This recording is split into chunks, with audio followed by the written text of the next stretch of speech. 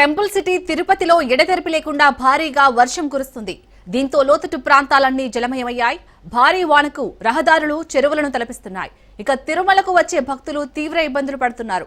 అనేక ప్రాంతాల్లో నీరు జామ కావడంతో ప్రజలు ఇళ్ల నుంచి బయటకు వచ్చేందుకు ఇబ్బందులు పడుతున్నారు. అలాగే నగరంలోని రైల్వే అండర్ బ్రిడ్జిలు సైతం వర్షపు నీటితో పూర్తిగా నిండిపోయాయి.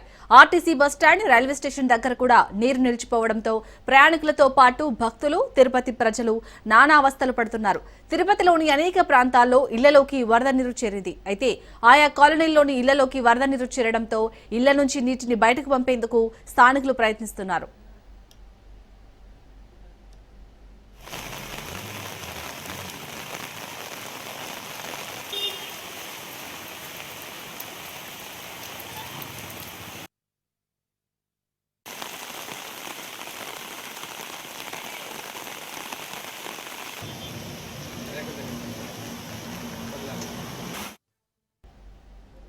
రైట్, ఇటు తిరుపతిలోని భారీ వర్షానికి సంబంధించి పూర్తి అప్డేట్స్ మా ప్రతినిధి నారాయణ రెడ్డి అందిస్తారు. నారాయణ రెడ్డి, ఇప్పటికీ అక్కడ భారీ వర్షం కురుస్తున్నట్టుగా తెలుస్తుంది. సో అప్డేట్స్ ఏంటి, ఏ విధంగా ఉంది అక్కడ సిచ్యుయేషన్?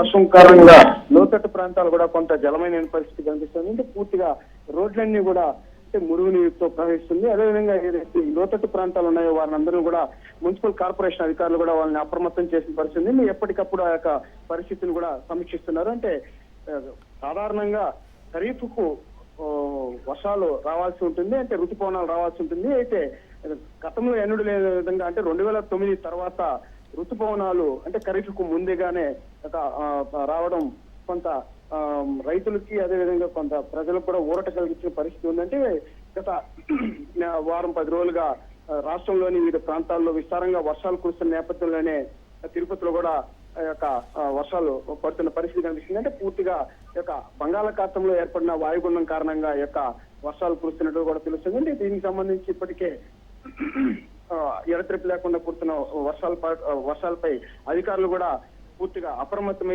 లోతట్టు ప్రాంతాలను కూడా ఎప్పటికప్పుడు అప్రమత్తం చేస్తున్నారు.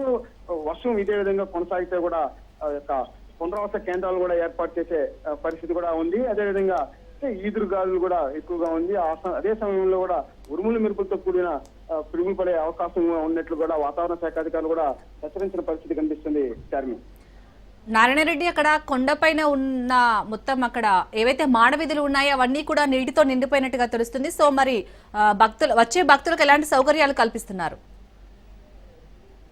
అవును చార్మి, అంటే తిరుమలలో కూడా అంటే తిరుమల కొండ ప్రాంతం కావడంతో ఎక్కువగా వర్షాలు నమోదయ్యే పరిస్థితి ఉంటుంది. అంటే రాత్రి నుంచి వర్షం పడుతున్న కారణంగా అంటే ఆలయానికి చుట్టూ ఉన్న మాడ వీధుల్లో కూడా వర్షపు నీరు చేరింది. అదేవిధంగా ఎప్పటికప్పుడు టీటీడీ యంత్రాంగం, ఇంజనీరింగ్ శాఖ కూడా ఆ యొక్క పరిస్థితిని సమీక్షిస్తున్నారు. ప్రధానంగా ఈ ఘాట్ రోడ్ లో కూడా కొండ చర్యలు పడే ప్రమాదం కూడా ఉన్న నేపథ్యంలోనే ఇంజనీరింగ్ శాఖను కూడా పూర్తిగా అప్రమత్తం చేసి ఘాట్ రోడ్ లో కూడా ఎలాంటి కొండ చర్యలు పడకుండా కూడా దారిలో వెళ్లే వాహనదారుల్ని అలాగే భక్తులను కూడా అప్రమత్తం చేస్తున్న పరిస్థితి కనిపిస్తుంది. Charmi, right, thank you Narayana Reddy.